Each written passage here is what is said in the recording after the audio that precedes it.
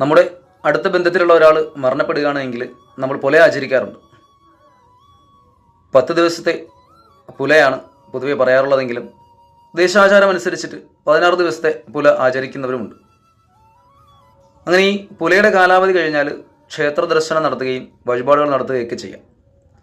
പക്ഷേ ചിലരിൽ ഒരു ധാരണയുണ്ട്, 1 വർഷക്കാലത്തേക്ക് ക്ഷേത്രത്തിൽ ദർശനം നടത്താം, പക്ഷേ വഴിപാടുകൾ ചെയ്യാൻ പാടില്ല എന്നുള്ളത്. അതെന്താണ് അങ്ങനെയെന്ന് അറിയില്ല. കാരണം ദർശനം നടത്തുക എന്നുണ്ടെങ്കിൽ പിന്നെ എന്തുകൊണ്ടാണ് വഴിപാട് ചെയ്യാൻ പറ്റാത്തത്? പിന്നെ ഒരുപക്ഷെ നമ്മുടെ അച്ഛനോ അല്ലെങ്കിൽ അമ്മയോ അത്രയ്ക്ക് അടുത്ത ആ ഒരു ബന്ധത്തിലുള്ള ആരെങ്കിലും മരിച്ചാൽ ചിലപ്പോൾ ദുഃഖസൂചകമായിട്ട് 1 വർഷക്കാലത്തേക്ക് ചിലപ്പോൾ നമ്മൾ മഹാക്ഷേത്രങ്ങളിൽ പോകാതിരിക്കുന്ന ഒരു പതിവുണ്ട്. അതിൽ നമ്മൾ അതിൻ്റെ കാരണം എന്ന് പറഞ്ഞാൽ അത് ദുഃഖസൂചകമാണ്. അച്ഛനോടോ അമ്മയോടുള്ള അല്ലെങ്കിൽ അത്ര അടുപ്പമുള്ള ഒരാളോടുള്ള ആ ദുഃഖസൂചകമായിട്ടാണ്. അതിനകത്ത് താന്ത്രികപരമായിട്ട് അതിനകത്ത് ദോഷങ്ങളൊന്നും തന്നെ പറയുന്നില്ല.